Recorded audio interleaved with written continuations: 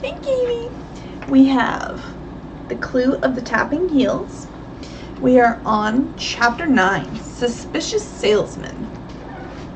As Nancy hurried to open the attic window, she wondered if someone might be clinging to the sill and trying to hide. There were no fingers showing, and cautiously she looked out. "See anything?" Mr. Drew asked, joining her. "Nobody in sight," Nancy replied. "But Dad, look! Here's a natural ladder." She pointed to a stout trellis which ran from the ground to the roof. So a trellis is basically like some long pieces of wood. Usually they're kind of cross-hatched, and usually they have like plants growing up them. They're decorative.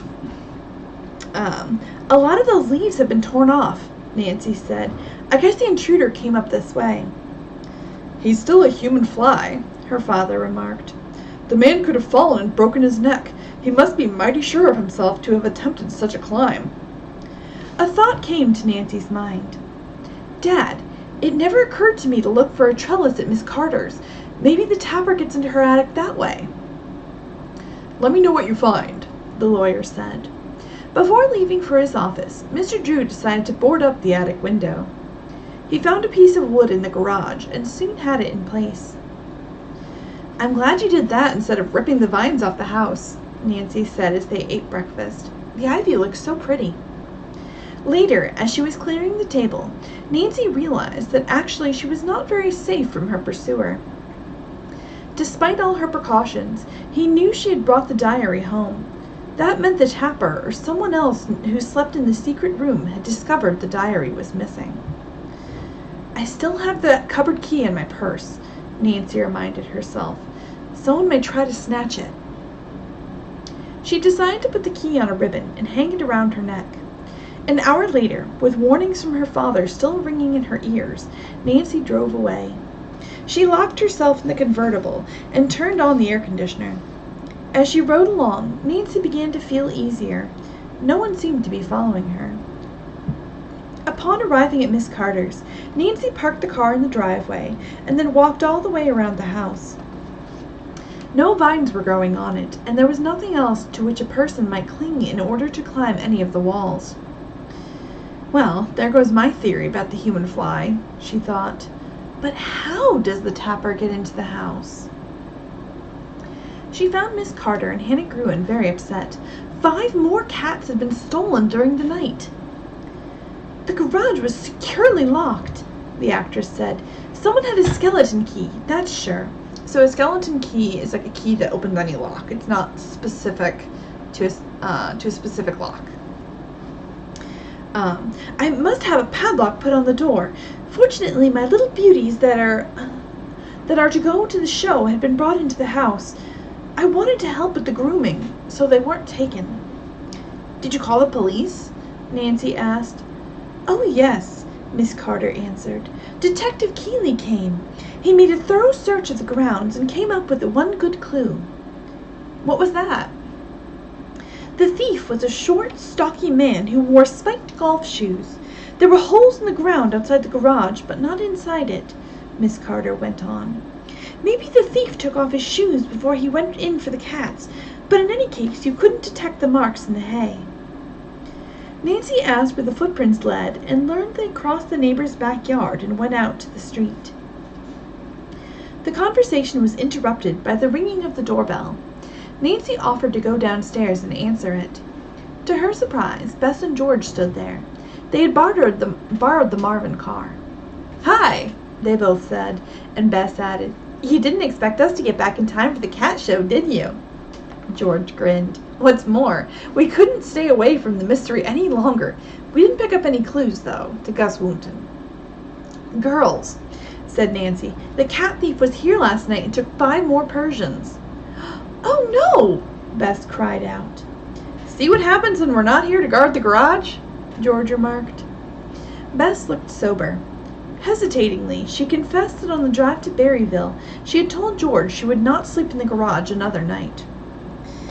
"But I guess I'll have to change my mind," Bess said. "I'm terribly sorry to hear about the theft." Fortunately, the cats to be sold at the cat show today were in the house, Nancy told her chums.